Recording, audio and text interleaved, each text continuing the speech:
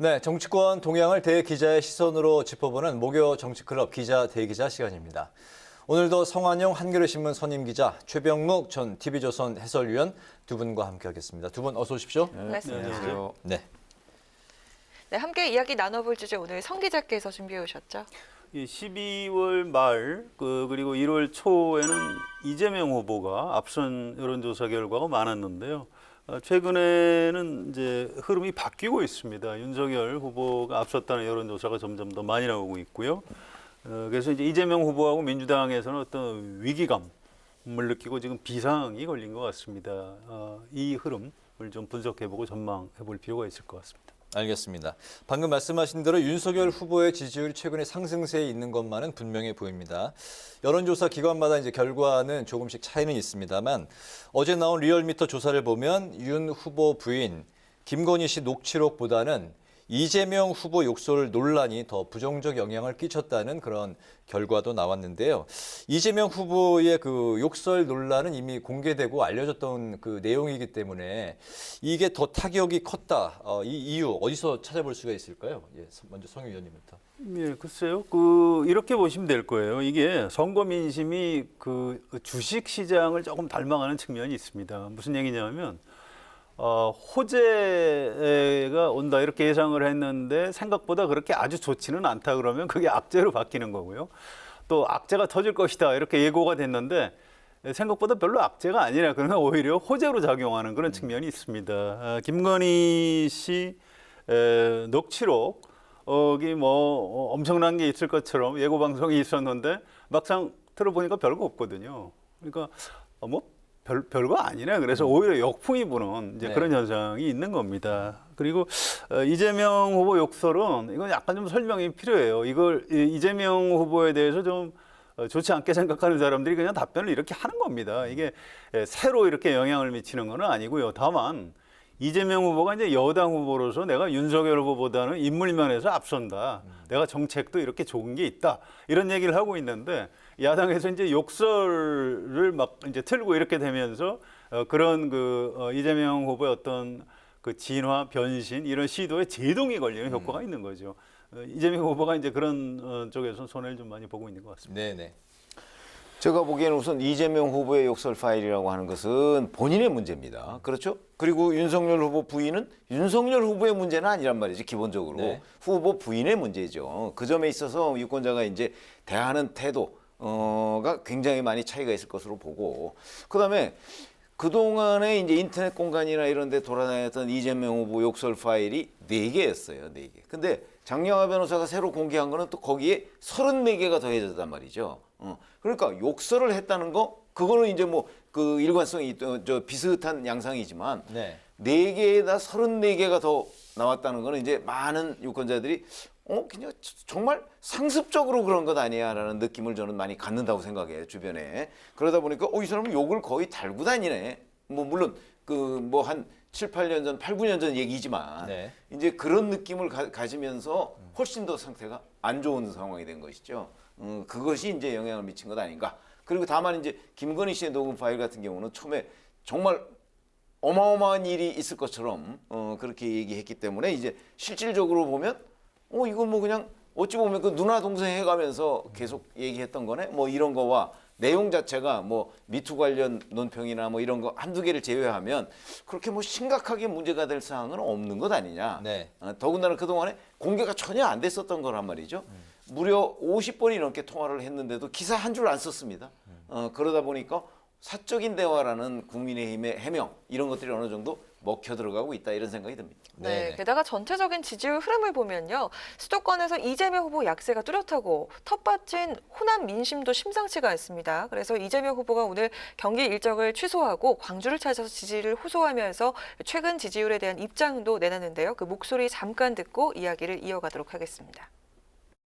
민주화의 성지 광주는 저의 정신적 스승이자 사회적 어머니입니다. 청년 이재명이 올바른 역사를 직시하도록 만들어주셨고 약자를 위한 삶의 경로를 밟도록 이끌어 주었습니다.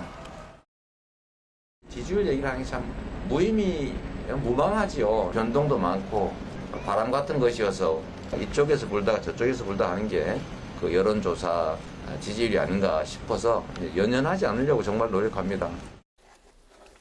네, 이재명 후보가 연일 수도권과 그리고 호남 민심을 공약하는 데 집중하고 있는 모습인데요. 그럼에도 최근 호남에서의 윤석열 후보 지지율이 20%대까지 올라오지 않았습니까?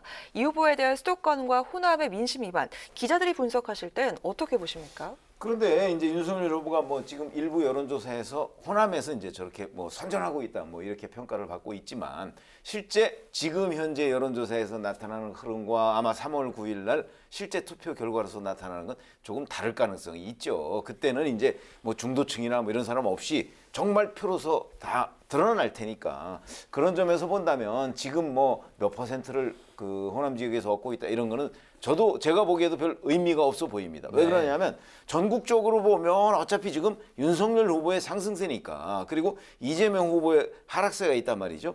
그러니까 호남도 거기에서 예외가 될 수는 없다. 그러나 이 흐름이 언제 또 바뀔지는 우리가 단정적으로 얘기할 수가 없잖아요. 그러다 보니까 지금 일시적인 현상일 가능성도 있다고 봅니다. 네. 그러나 이제 수도권에서 이제 이재명 후보가 하락세를 보이고 있다. 특히 서울에서 이런 부분은 이제 서울의 부동산 정책이나 이런 것과 관련한 민심 위반은 전혀 개선이 되지 않았거든요. 아마 그런 점이 이제 이재명 후보한테 굉장히 부담은 되겠으나 뭐 이게 또 진짜 이재명 후보 말대로 바람이 언제 어떻게 불지 네. 그건 지금 아무도 예상할 수가 없다. 이렇게 말씀을 드리겠습니다. 네. 네. 네. 네, 뭐 수도권 얘기부터 해볼까요? 서울에서 모든 여론조사에서 이재명 후보가 밀리는 건 사실입니다. 그런데 여론조사마다 좀 달라요. 인천, 경기는 이재명 후보가 앞선 조사하고 또 많이 있습니다. 그래서 수도권이라고 해도 서울하고 경기, 인천은 좀 차이가 난다. 이걸 좀 봐야 될 것 같고요. 서울 민심이 왜 이재명 후보한테 안 좋으냐? 역시 그 이제 부동산 민심이라고밖에 해석할 수가 없습니다. 네. 호남은 좀 다른 것 같아요. 글쎄 호남에서 윤석열 후보 20%면 적은 거 아닌가요? 그걸 왜 많다고 인식하는지 좀 굉장히 비상식적인 기준입니다. 그러니까 물론 과거에 김대중 대통령에 대해서는 호남에서 거의 뭐 일체감을 가지고 있었고요. 1980년 광주 5.18 이런 것 때문에. 나중에 이제 노무현, 문재인 후보에 대해서도 어떤 호남이 미는 영남 후보, 또 호남이 가지고 있는 어떤 민주화 세력에 대한 뭐 이런 상징성 이런 것 때문에 노무현, 문재인 후보를 압도적으로 지지했고 또 이제 그 두 분이 좀 호남 시각으로 보면 굉장히 매력이 있는 그런 후보입니다. 그래서 네. 이제 압도적인 지지를 했는데 사실은 이재명 후보는 그런 면에서 좀 떨어져요. 이제 호남 유권자들 하는 얘기입니다. 그래서 우리가 왜 이재명 후보까지 압도적으로 밀어줘야 되느냐 이제 이런 호남 민심에 좀 어떤 그 술렁거림이 좀 있다고 합니다. 네네. 물론 실제 3월 9일 대선에서 득표율이 얼마나 나올지는 아까 최 의원 말씀하신 대로 좀 지켜봐야 될 문제입니다. 이게 왜냐하면 윤석열 후보를 또 너무 싫어해요. 그래서 호남에서 이제 이재명을 안 찍으면 정권이 윤석열 국민의힘으로 넘어가는 것 아니야? 이제 이런 바람 같은 것들이 막판에 불 가능성은 좀 있는 것 같습니다. 이재명 후보를 그렇게 좋아하지는 않지만 또 상대적으로 윤석열 후보를 너무 싫어하는 게 그렇습니다. 현재 호남의 네, 그런 민심이라는 것들이 이제 표심에 영향을 미치는 알겠습니다. 거죠. 네, 또 연령별 지지율 추이를 보면요. 20, 30대 그리고 60대 이상에서 윤석열 후보 우세 그리고 이재명 후보 열세가 아주 뚜렷한데요. 국민의힘 이준석 대표가 내세웠던 거 있죠. 세대포 이론 이게 먹혀 들어가고 있다고 봐도 될까요? 그러니까 연말 연시에 사실 윤석열 후보가 지지율 하락을 겪었을 때 그때도 60대 이상은 여전히 공고했어요. 네. 근데 20, 30대에서 많이 빠졌단 말이죠. 그러다 보니까 이제 20, 30대 빠진 이유가 이준석 대표와의 갈등 때문이냐 아니면 윤석열 후보에 대한 매력 뭐 이런 거를 20, 30대가 철회했기 때문이냐 이걸 가지고도 좀 논란이 있었어요. 저는 근데 그 최근에 20, 30대가 이제 다시 돌아오고 있다 이런 얘기를 하는데 그건 역시 그 이준석 대표와의 갈등이 잠잠해지면서 이 선대위가 안정화 국면을 갖단 말이죠. 그게 사실은 가장 크다. 그러면 왜 30, 40대는 안 돌아오느냐? 40대와 50대는 거기에 대해서는 이제 문재인 대통령에 대한 지지가 워낙 강한 그 연령대이기 때문에 그래서 이제 윤석열 후보에 대한 관심이 상대적으로 적다. 이렇게 본다면 지금 세대포 이론 얘기를 하셨는데 그거는 이제 당초에 이준석 대표가 목표로 했던 바 아니겠습니까? 저는 뭐 글쎄 세대포 이론이 과연 가능할까? 저는 결국 그 굉장히 부정적으로 보고요.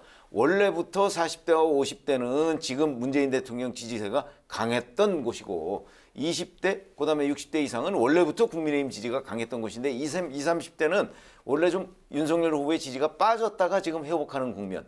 그냥 그런 정도로 따로따로 봐야 되는 것 아닌가. 네. 세대가 어느 세대가 어느 세대를 포위했다. 그런 표현은 좀 적절하지 않은 것 같습니다. 예, 네. 네, 강 기자님. 그래서 뭐 세대 포위론이라는 게 뭐 선거 전략으로서 일리는 있죠. 20대 유권자들이 좀 보수 성향이니까 그쪽을 잘 설득해서 40, 50대를 좀 소수 세력으로 만들자 뭐 이런 거니까 좀 먹히는 측면이 있습니다. 그런데 20, 30대가 그러면 실제로 보수 성향이냐? 그렇지는 않은 것 같아요. 윤석열 후보나 국민의힘을 확고하게 지지하냐?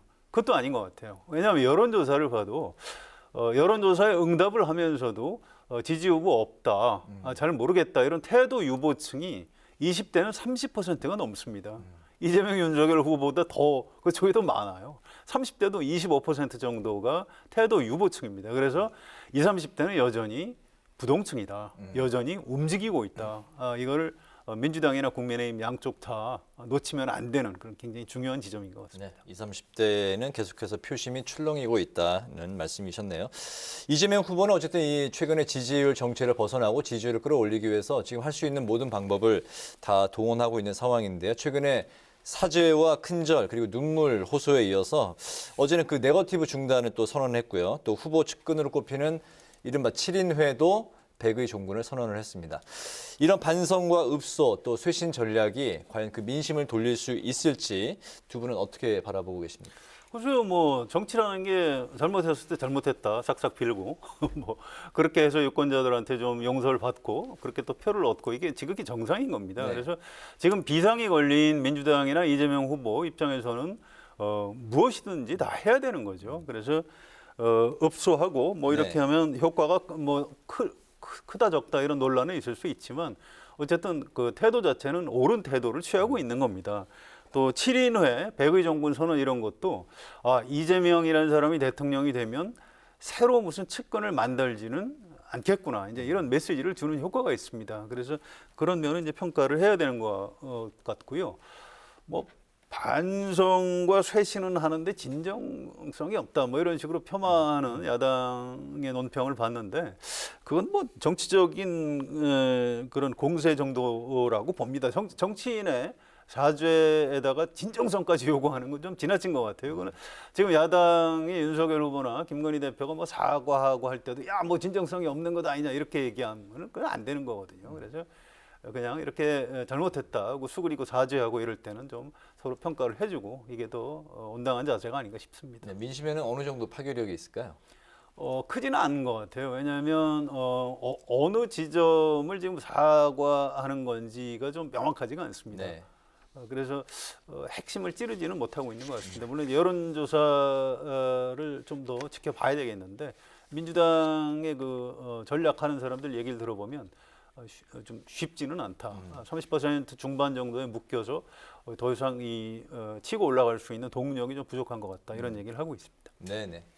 근데 되게 이제 정치권에서 뭐 반성, 사죄, 뭐 쇄신 뭐 이런 얘기를 하면 네. 사실 상대 경쟁 진영에서는 진정성이 없다 이렇게 폄하하죠. 그러니까 이런 공방과 별개로 자 그러면 진정성이라고 얘기하는 거는 결국 궁극적으로는 유권자가 평가하지 않겠습니까? 네. 그렇죠. 그런데 이 사죄 반성 이건 뭐 얼마 전까지는 윤석열 후보가 큰절하더니 지금 와서는 또 이제 이재명 후보가 큰절하는 국면으로 바뀌었단 말이죠. 그런 점에서 본다면 자 이제 유권자 입장에서 보면 힘들면 늘 저런다라는 생각을 갖게 돼요. 네. 그러면서 이제 그러면 누가 더 진정성이 있느냐 이런 걸 이제 항상 유권자들은 생각하게 된단 말이죠. 근데 이제 이재명 후보의 경우에는 당장 어제만 해도 기자회견에서 네거티브 중단 선언을 했잖아요. 네. 근데 곧바로 정말 2시간도 안 돼서 가서 또 윤석열 후보를 겨냥한 뭐 객관적으로 보면 네거티브만 말이죠. 그게 뭐 리더가 술이나 마시고 뭐 이런 얘기 했단 말이죠. 그러면 그걸 이제 두 장면을 다 본 유권자들은 아니 네거티브 하지 말자고 하면서 정말 2시간도 안 돼서 가서 본인이 직접 저런 얘기를 할 수가 있는가? 뭐 이런 의문을 제기할 거라고 봐요. 네. 그런 의문이 정말 그러면 네거티브 중단 선언이라는 것이 진정성이 있는 제안이었느냐 하는 고개를 갸우뚱하게 만든단 말이죠. 그거는 이재명 후보 말의 신뢰성의 위기를 초래한다고 저는 보거든요. 네. 그래서 이재명 후보가 정말 본인이 반성하고 사죄하고 그리고 민주당이 그에 부응하는 여러 가지를 하려면 정말 유권자들한테 이재명 후보는 한번 저렇게 얘기하면 그것이 정말 실천에 옮기는구나 네. 하는 걸 보여주는 것. 저는 거기에 시간도 좀 필요해요. 그런 것들이 선행이 돼야 되는데 그런 점에서 저는 이재명 후보가 위기를 겪고 있다 이렇게 생각합니다. 그렇군요.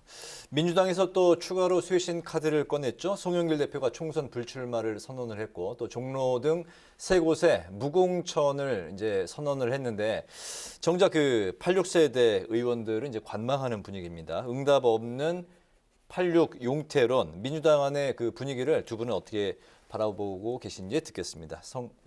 먼저 최 의원님. 이런 것이죠. 이제 뭐 송영길 대표가 총선 불출마 얘기를 하고 그다음에 이제 무공천 선언을 하면서 이제 586의 일종의 대표격으로 자 내가 먼저 뭐 살찐성인의 자세를 보이겠다. 뭐 이런 네. 거 아니겠습니까? 거기까지는 좋았는데 자 그러면 이제 586 그러면 송영길 대표가 왜 586의 대표로서 저런 용태를 표시했겠어요. 그거는 결국은 정권 교체론에 대한 그 여론이 굉장하잖아요. 이걸 좀 완화시켜보자 이런 얘기인데 그러면 이제 문재인 정부의 주축이 586세대란 말이죠. 그러니까 이재명 후보로서는 정치 교체 얘기도 했어요. 그러니까 문재인 정부의 주축 세력을 친 이재명계로 바꾸겠다는 뜻 아니겠습니까? 그러면 이제 문재인 대통령 정부에서 정말 그 주요 힘을 좀 쓰던 권력이 있던 사람들 그게 이제 뭐 언론에서는 몇몇 그 지목을 하잖아요. 이 사람들은 아니 내가 왜 이재명 후보 지지율이 정체 상태인데 거기에 희생양이 돼야 하느냐 아마 이런 생각들을 지금 하고 있을 거예요. 그래서 지금 2단계는 그 지목받은 그 사람들이 아마 숨죽이고 지켜보고 있는 단계가 아닐까. 그러면서 사실은 굉장히 불만이 쌓여있을 거예요. 그러니까 지금 아무도 그 후속타가 없잖아요. 그러니까 이거는 누군가가 아마 지목해서 다음은 당신이 좀 용태를 하시오라고 만약에 친 이재명계에서 얘기했을 때 그때는 갈등이 생길 가능성이 굉장히 높다. 저는 그렇게 봅니다. 그러니까 지금 특별히 누구를 지목하지 않으면 아마 계속 숨죽이고 가만히 관망하는 상태가 계속될 것이다 이렇게 봅니다. 오늘 그 민주당 그 이상민 의원이 이제 라디오에 출연을 해서 처방이 잘못됐다고 이제 이런 취지의 또 언급도 했더라고요. 그러니까 송영길 대표 본인은 국회의원 5번 했고요. 인천시장 했고 당 대표. 정치인이 돼서 할 만한 거 다 했어요. 네. 그 다음 총선 안 나오겠다 해도 뭐 그런 거 없다. 이제 그런 겁니다. 그리고 종로하고 뭐 한 3군데 민주당 때문에 벌어지는 보궐선거기 때문에 우리 공천을 안 하겠습니다. 아니 뭐 책임 정치 차원에서 당연한 거예요. 근데 86세대 용태로는 누가 지금 얘기한 게 없습니다. 그 약간 유령 같은 얘기예요. 언론에서 좀 만든 측면도 있고요. 이 세대에 대해서 얘기할 때 참 조심을 해야 됩니다. 지금 아주 쉽게 말씀드리면 86세대라는 게 이제 50대인데 어느 사회든 50대가 어느 조직의 리더가 될 가능성이 높은 겁니다. 민간도 마찬가지고 공무원들도 마찬가지죠. 물론 젊은 장관도 있을 수는 있습니다만 어느 나라든 대략 한 50대 정도가 평균 나이 정도가 되는 겁니다. 장관이 됐든 청와대 주요 참모가 됐든. 지금 국민의힘 국회의원 중에 어느 세대가 제일 많을 것 같습니까? 86세대가 제일 많아요. 네. 그 세대가 다 나가야 됩니까? 이건 말이 안 되는 얘기입니다. 그게 아니고 86 용태론의 핵심은 뭐냐면 일종의 이념 공세입니다. 아주 우리 사회에 오래된 민주화 운동을 했던 사람들하고 또 이제 과거에 이제 군부 독재 쪽에 좀 협조했던 이 세력, 물론 이제 좀 더 폭넓게 긍정적으로 명분을 잡으면 뭐 산업화 세력이라고 할 수 있습니다. 여기서 이제 운동권, 민주화 운동을 했던 사람들, 학생 운동 좀 젊을 때 했다고 그걸 가지고 평생 좀 잘 나가려고 해서는 안 된다에 대한 이제 공격을 하는 거고 뭐 타당한 측면도 있어요. 그런데 이게 이제 일종의 이념 공세인 거예요. 야, 너희는 종북 아니냐? 왜 미국 싫어하고 중국을 좋아하느냐? 그러니까 송영길 대표 당시뿐만 아니고 86세대 학생 운동했던 사람들은 다 나가라. 근데 사실은 실체가 없는 게 86세대 운동권 출신들은 이미 다 나갔습니다. 지금 남아 있는 사람은 우상호, 뭐 이인영 정도인데 이인영은 지금 통일부 장관 가 있고요. 우상호 의원은 이미 불출마 선언을 했어요. 네. 그러면 86세대를 다 그만두라고 요구하는 건 굉장히 좀 무리한 요구입니다. 그래서 이 세대에 대해서 얘기를 할 때는 우리가 좀 정치적으로 함의를 좀 따져가면서 좀 조심할 필요가 있다. 여기까지만 말씀드리겠습니다. 네, 네. 네, 이 민주당발 쇄신 움직임에 무소속 윤미향, 이상직 의원과 국민의힘 박덕흠 의원 징계안도 오늘 국회 윤리특위에 상정이 됐는데요. 이 민주당은 이들 의원들 제명을 신속하게 추진한다는 입장인데 사실 국민의힘이 반대를 하면 의석 구조상 본회의에서 제명안 의결이 어렵지 않겠습니까? 이게 어떻게 될까요? 어렵습니다. 이게 헌법에 있어요. 헌법에 의원을 제명하려면 국회 제적의원 3분의 2 이상의 찬성이 있어야 한다. 이게 과거 이제 독재 시대에 야당 의원들 함부로 정권에서 손을 못 보도록 이렇게 헌법에다 아예 박아놓은 겁니다. 그래서 지금 국민의힘에서 동의하지 않으면 현역 의원을 제명할 수가 없는 겁니다. 그래서 안 되는 거고요. 지금 여야 의원 포함해서 3명에 대한 제명안 윤리특위에 상정이 됐는데 이게 윤리특위 자문위원회가 있습니다. 자문위원회에서 이 3사람은 이거 제명하는 게 좋겠다라고 권고를 했어요. 네. 근데 그걸 가지고 민주당이 받아들인 겁니다. 우리 의원이 2명이나 있고 하니 원칙대로 처리하자 이제 이런 건데 지금 야당 입장에서는 이걸 받아들일 수가 없어요. 그렇지 않아도 의원 숫자가 태부적인데 한 사람이 이제 아쉬운 거죠. 또 어떤 논란이 있을 때 정당이라는 게 우리 의원을 우리가 이렇게 지켜준다 이제 이런 메시지를 줄 필요가 있죠. 안 그러면 그 당 소속 국회의원들이 그 정당 지도부에 충성을 하겠습니까? 그래서 지금 어차피 윤리특위에 상정은 됐지만 소위원회 구성을 해서도 정밀 심사로 넘어갈 겁니다. 과거에도 자문위원회에서 제명 권고를 했지만 실제 제명까지 간 경우는 거의 없다고 보시면 됩니다. 이번도 네네. 마찬가지로 예정이 됩니다. 네. 그렇군요. 그러나 기본적으로는 이제 뭐 제명 이렇게 이제 권고를 하고 그 송영길 대표가 제명하겠다 이렇게 얘기를 했지 않습니까? 네. 추진하겠다고. 근데 문제는 그게 전부 다 그럼 3명이 다 똑같은 기준이냐? 이제 이런 걸 놓고서는 논란이 있을 수가 있어요. 왜냐하면 잘 아시지만 윤미향 의원이나 이상직 의원 같은 경우는 기소가 됐어요. 기소가 돼서 지금 재판을 받고 있지 않습니까? 박덕흠 의원은 기소가 안 됐어요, 일단. 그러니까 만약에 똑같은 잣대로 한다면 그럼 기준이 뭐냐?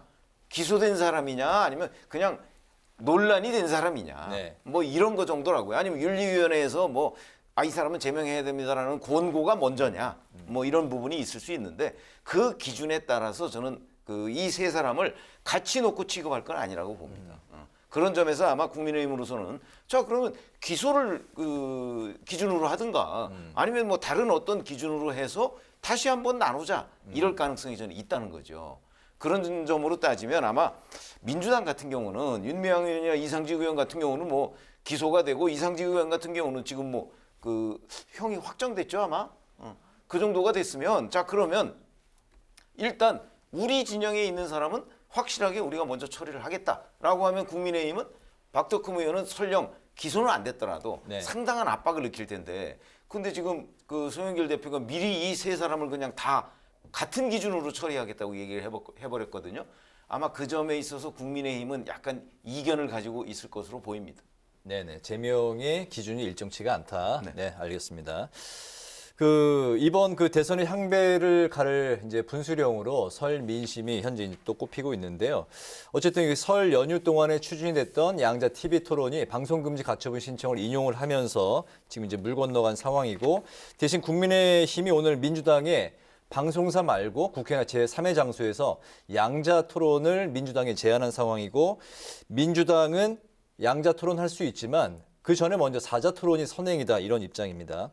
그렇다면 이제 윤 후보만 빠진 3자 토론 설 연휴에 TV 토론으로 열릴 가능성이 있는지 두 분은 어떻게 보십니까? 먼저 최 의원님. 아니 기본적으로 만약에 윤석열 후보가 빠진 토론회다 그러면 그 토론회가 뭐 제대로 그 유권자들의 관심을 가질까요?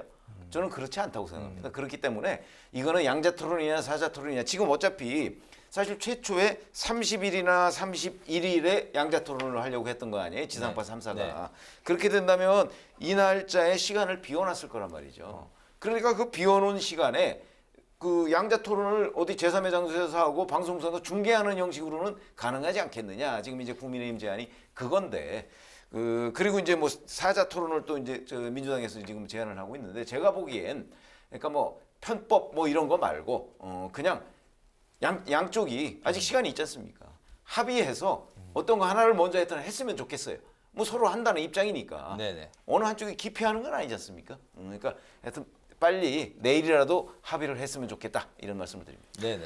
이 국민의힘에서 브리핑을 하면서 설명을 어떻게 하냐면 사자 토론은 정관위에서 주최하는 3차례면 사실 충분하다.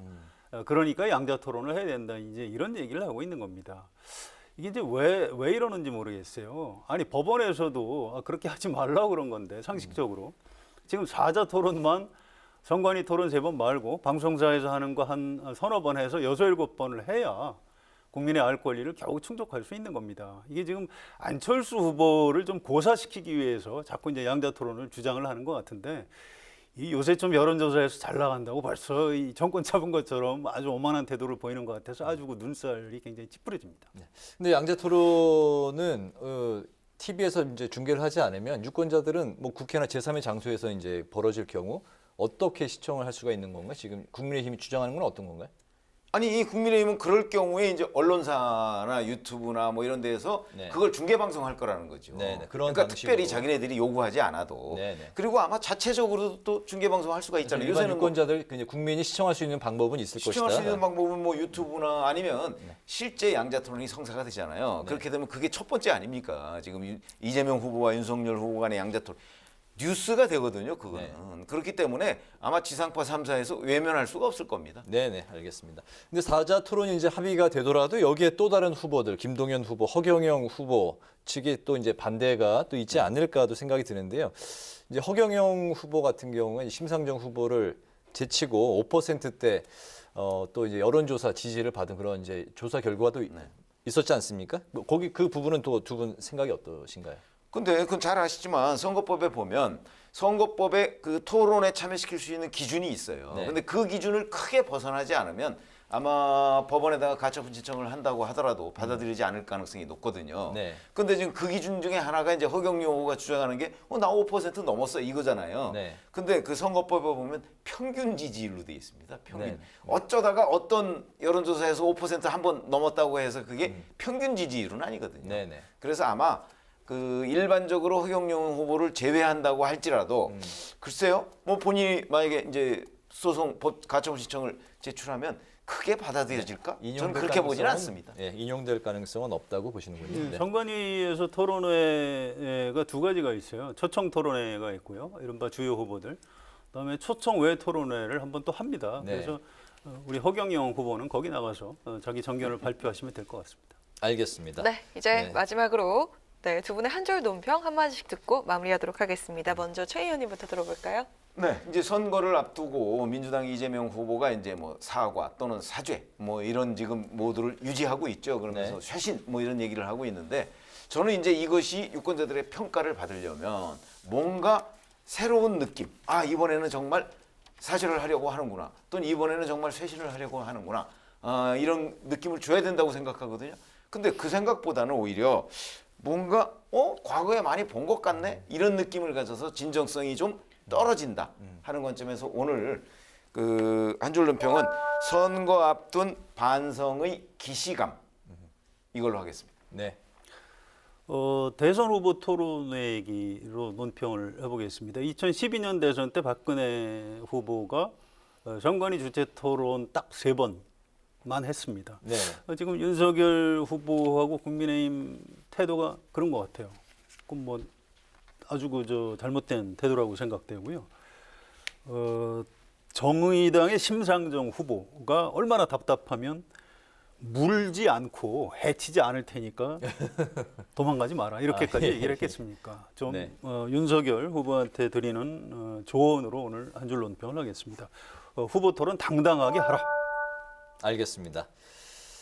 네, 오늘 목요 정치클럽 기자 대기자 시간에서는 쇄신과 네거티브 중단 선언에 나선 민주당 이재명 후보의 행보와 대선 관련 이슈를 중심으로 살펴봤습니다.